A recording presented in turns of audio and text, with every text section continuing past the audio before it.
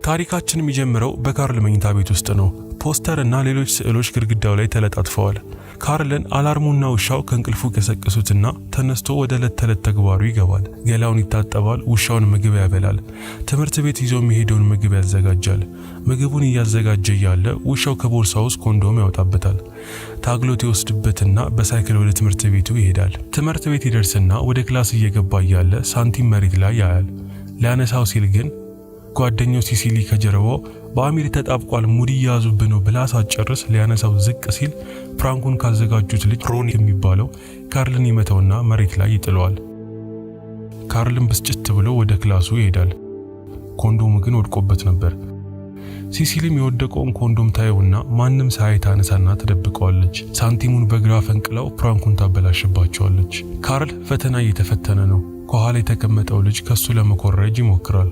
ካርል ግን አላስኮርጅም ብሎ ይገገምበታል። በዚህ ሰዓት ልጁ ብስጭት ይለና ካርልን ይመታዋል። ከዛ አስተማሪው ያያቸውና ካርልን ይጠራዋል። እያስኮረጅካቸው ነበር እንዴ ብሎ ይጠይቀዋል። ከዋሸኸኝ በእኔ ትምህርት ጥለሃለሁ ይለዋል። በቀጣይ ትዕይንት ካርል ሌላ ክላስ ውስጥ እናየዋለን። አንዲት ጋቢ የምትባል ቆንጂዬ ልጅ ነበረችና አይኗን ከሷ ላይ መንቀል አልቻለም። መኝታ ቤት ውስጥ ከነበሩት ስዕልና ፎቶዎች ውስጥ አንዷ ይሳው ነበር። አሁንም እየሳላት ነው። ከዛ በቡድን ሆኑ ተብሎ ሲከፋፈሉ ካርል ከርሷ ጋር አንድ ቡድን ይደርሰዋል። ትኩረቷን ለማግኘት በጣም ይጥራል፣ ግን ብዙ ልታወራው ፍላጎት አላሳየችም። ከዛ በቀጣይ ትዕይንት የትምህርት ቤት ካፌው ውስጥ ካርል ለጓደኛው ቦርጊ ጋቢን ክፍል ውስጥ ሆኖ የሳላትን ስዕል ያሳየዋል። ጓደኛውም ስዕሉ በጣም ነው የሚያምረው፣ ግን ለጋቢ መስጠት አትችልም፣ ምክንያቱም ጋቢ የቪክ ፍቅረኛ ነች ይለዋል። ከዛ ካርልም ጋቢ ከሱ የተሻለ ሰው ነው የሚገባት፣ እናቴ ከአባቴ ጋር በፍቅር የወደቀችው ለሷ ዘፈን ሲጽፍላት ነው ይለዋል። በቀጣይ ክላስ የስዕል ክፍለ ጊዜ ነበር። አስተማሪዋ ካርል ጠረጴዛ ላይ ደብዳቤ ታያለች። ደብዳቤውም አንድ በሀገሪቷ ላይ ያለ UCLA የሚባል ትልቅ ትምህርት ቤት ካርልን እነሱ ጋር እንዲማር የተቀበለበት ደብዳቤ ነበር። ካርል ግን እኔ የምፈልገው ሮድ አይስላንድ ነበር ይላታል። ከዛ ሲሲሊ ቅድም የጣለውን ኮንዶም ልትመልስለት ትጠራዋለች። በዛውም አንድ የትምህርት ቤቱ ዝግጅት ላይ አብረው እንዲሄዱ ልትጠይቀው ነበር። ግን የካርል ጓደኛ ቦርጊ በመሃል ይገባና ያቋርጣቸዋል። ይደወልናም ይወጣሉ። ከሰዓትም ካርል ጋቢ ከጓደኞቿ ጋር ስትመጣ ያያትና አንዴ ብቻሽን ላውራሽ ይላታል። ቅድም ክላስ ውስጥ የሳላትን ስዕል በእጁ ይዞታል። ከዛም አንድ የትምህርት ቤቱ ዝግጅት ላይ አብረን እንሄድ ብሎ ይጠይቃታል። ጋቢም እዛ እኮ ማንም አይሄድም ብላ ትመልስለታለች።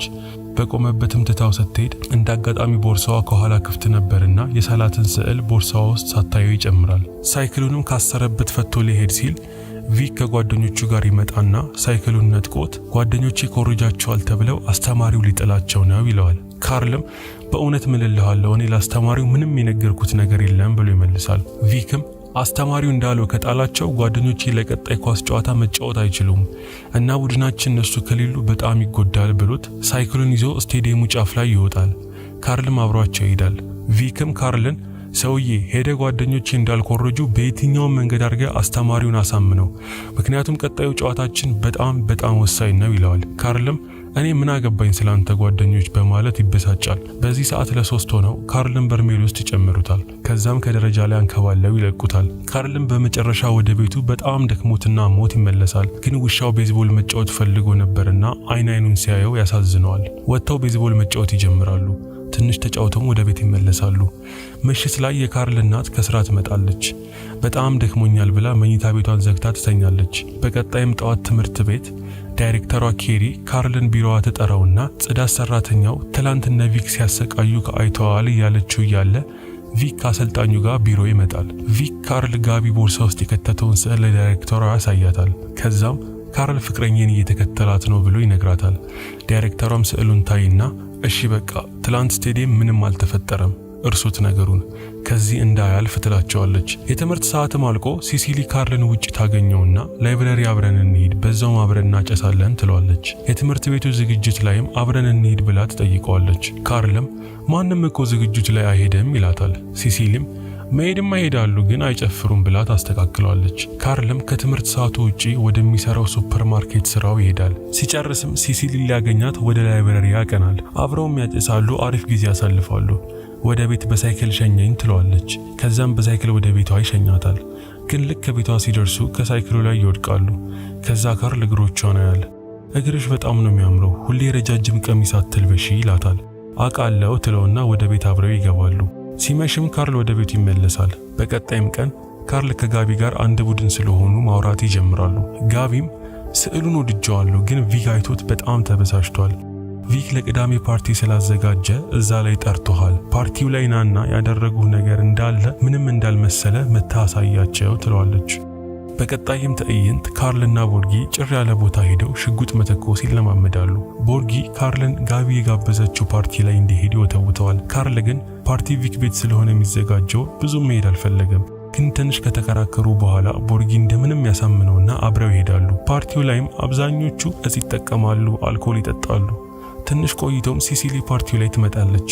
ቦርጊ ሰክርና መጃጃል ይጀምራል። በዚህ ሰዓት ሲሲሊና ካርል አየር እናገኝ ብለው ወደ ውጭ ይወጣሉ። ቪክና ጓደኞቹ ያዩትና ሊበጠብጧቸው ወደ እነሱ ይሄዳሉ። ቪክ ካርልን በጣም ስለሚጠላው ፍቅረኛው ፊት ሊያዋርደው ስለፈለገ የመኪና ኮፈን ከፍተው እዛ ውስጥ ይጨምሩታል። ከዛ ሲሲሊን ይዞ ሲያስጨንቃት ጋቢ ትመጣና ትገፈትረዋለች። ሲሲሊም ማንንም ማውራት ስላልፈለገች እየሮጠች ወደ ቤቷ ትሄዳለች። በቀጣይ ቀን ካርልና ቦርጊ ይገናኛሉ። ቦርጊ ይቅርታ ይጠይቀዋል በቦታው ተገኝቶ ስላላገዘለት። ካርል ግን በቦታው ብትኖር ምንም አታረግም ነበር አውቃለሁ ብሎት መሰዳደብ ይጀምራሉ። ሁሌም አንተን ነገር የሚፈልጉህ በጣም ስለሚንቁህ ነው ይለዋል። ካርልም ወሬ አታብዛ፣ ፓርቲው ላይ ሙድ መያዣ የነበርከው አንተ ነህ፣ የሚያስጠላ ጭፈራ እየጨፈርክ ብሎት አንድ ሁለት ይባባሉና ተጣልተው ይለያያሉ። ካርል ሲሲሊን ትምህርት ቤት ሊያገኛት አልቻለም። ጋቢ ትንሽዬ ጽሑፍ የተጻፈበት ወረቀት ትሰጠዋለች። ሊያነበው ግን አልፈለገም። ከክላስ ተለቀው ካርል የሳይክሉ ሰንሰለት ተበጥሶ ያገኘዋል። የሥራ ሰዓት ስለረፈደበት እየሮጠ ይሄዳል። ግን ከማርፈድ አልተረፈም። ሲደርስ አለቃው ለሶስተኛ ጊዜ ስላረፈደ ያባረዋል። እናቱም ጋር ይደውላል መታ እንድትወስደው፣ ግን ስልክ አታነሳም። ሳይክሉን እየገፋ ቀስ እያለ በእግሩ ወደ ቤቱ ያዘግማል። ቤት ደርሶ እናቱን ሲያት በጣም ደክሟት ተኝታለች።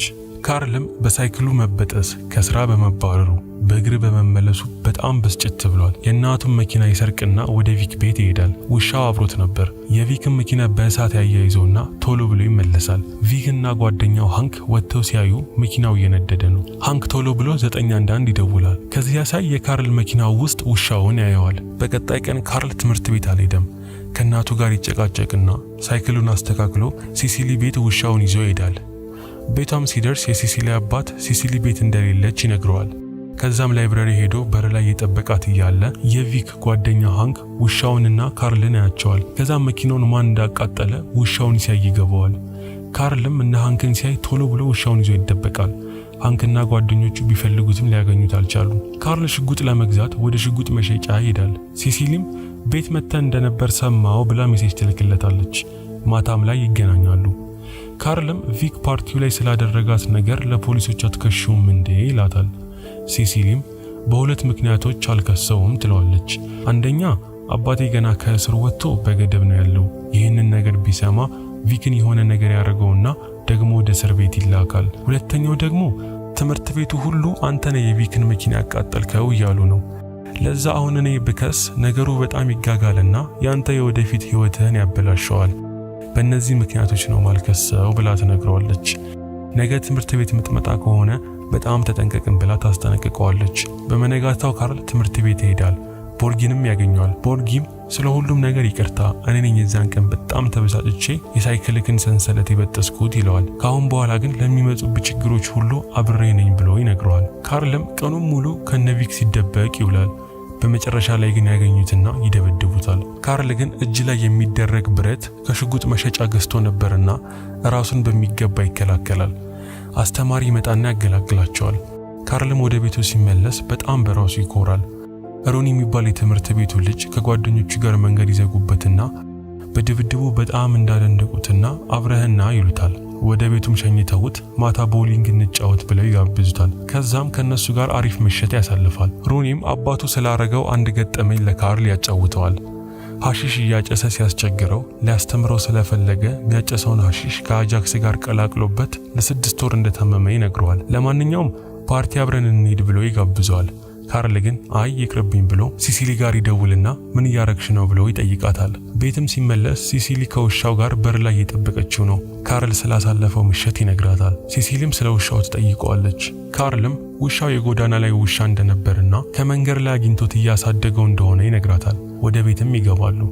ሲሲሊ ቅድም ትምህርት ቤት ድብድቡ ላይ እንዳደነቀችውና እንደኮራችበት ትነግረዋለች። ካርል ግን ነገሩ እየተባባሰ እንደሆነ ይነግራታል። የእነሱ ጥፋት እንደሆነ ነው ትምህርት ቤቱ ሁሉ የፈረደው፣ አንተ ምንም አላረክም ብላ ታረጋጋዋለች። ታቅፈውናም ቪክ አሁን መጥቶ ነገር የሚፈልግ ከሆነ የሚገባውን እንሰጠዋለን ትለዋለች። ከዛም አብሮ ፊልም ያያሉ። በጣም ይቀራረባሉ። ውሻው በጣም ይቀናና ይበጠብጣቸዋል። ካርልም ውሻውን ያስወጣዋል። ትኩረት ካላገኘ በጣም ቅናተኛ እንደሆነ ይነግራታል። ሲሲሊና ካርል አንድ ላይ ያድራሉ፣ ግን ምንም ነገር አላረጉም ነበር። በቀጣይም ጠዋት ሲነሱ ሲሲሊ የካርልን መኝታ ቤት ትጎበኛለች። ስዕሎቹንም ስታይ በጣም ችሎታ አለ ብላ ታደንቀዋለች። አሪፍ ጊዜም ካሳለፉ በኋላ ሊሸኛት ይወጣል። የመጀመሪያ ጊዜም ከንፈሩ ላይ ትስመዋለች። እሷን ከሸኘ በኋላ ውሻውን ፍለጋ ወደ ጓሮ ይሄዳል፣ ግን ሊያገኘው አልቻለም። ትንሽ ደም ነገር ያህል። ከዛ ደሙን ተከትሎ ሲሄድ ውሻው ተገሎ ቆሻሻ መጣያ ውስጥ ተጥሎ ያገኘዋል። ስቅስቅ ብሎ ያለቅሳል። ቪክን ትምህርት ቤት አግኝቶት ይጠይቀዋል። ቪክ ግን እኔ ምንም አላቅም ብሎ ይክዳል። ኋላ ላይ የትምህርት ቤቱ ዝግጅት ላይ ቪክ ልክ የካርል ውሻ ይጮህ እንደነበረው ሲጮህ ካርል ውሻውን ቪክ እንደገደለበት እርግጠኛ የሆነና ቂም ይዞ ሊበቀለው ቀን መጠበቅ ይጀምራል። የመጨረሻ የትምህርት ቤቱ የኳስ ውድድራቸው ቀን ላይ ሊበቀላቸው ይወስናል። ቪክ እጁን ስለተጎዳ አይጫወትም ነበር። ቡድኑ ጥሩ ሙድ ላይ አልነበረም። ካርል ወደ ልብስ መቀየሪያቸው ቀስ ብሎ ይሄድና ለጥንካሬ የሚወስዱት ሐሺሽ ላይ ፈሳሽ አጃክስ ይጨምርበታል። ተጫዋቾቹም ከውድድሩ በፊት ሐሺሹን ስበው ሊገቡ ሲሉ የጨመረባቸው አጃክስ ከሐሺሹ ጋር ተቀላቅሎ በጣም ያሳምማቸዋል። ልክ ሩኒ እንደነገረው መድማት ይጀምራሉ። ከፍተኛ ራስ ምታትም ያማቸዋል። ሲሲሊና ቦርጊ ካርል ሲጠፋባቸው ፍለጋ ይጀምራሉ። ካርል ቪክን ያገኘውና ለብቻው ጭር ያለ ቦታ ወስዶ በጣም ይናገረዋል። ከዛም በቤዝቦል ዱላ ይደበድበዋል። ቪክ እንደምንም ብሎ ዱላውን ያስጥለዋል። በዚህ ሰዓት ቦርጊ ደርስና ሽጉጥ ወደ ላይ ይተኩሳል። ካርል ሽጉጡን ይቀበለውና ችግር ውስጥ እንዳትገባ አንተ ሂድ ከዚህ ብሎ ያባረዋል። ቪክን ላረገበት ነገር ሁሉ ሊያስከፍለው ሽጉጥ ይደቅንበታል። በዚህ መሃል ሲሲሊ ትመጣና እንዳይተኩስበት ታስቆመዋለች። ይልቁንም ዱላ ትሰጠውና የሚገባውን በዚህ ሰጠው ትለዋለች። 2 ጊዜ ደናርጎ በቤዝቦል ዱላ ይመታዋል። ሲሲሊ በቃ ይበቃዋል ብላ ትተውት ይሄዳሉ። ዱላውንም ሽጉጡንም ትጥልና ከዚህ በኋላ የሚመጡብንን የትኛውንም ችግር አብረን እንወጣለን ብለው ታሪካችን ያልቃል። ሰብስክራይብ እና ይህንን ቪዲዮ ላይክ በማድረግ ቻናላችንን ያግዙ። እንድንሰራላችሁ የምትፈልጉት ፊልም ካለ ኮሜንት ላይ ጻፉልን። ሙሉ ፊልሙን ከፈለጋችሁ ቴሌግራም ቻናላችን ላይ አለና የቴሌግራም ቻናላችን ሊንክ ዲስክሪፕሽን ቦክስ ላይ አለላችሁ። ስላያችሁት እናመሰግናለን።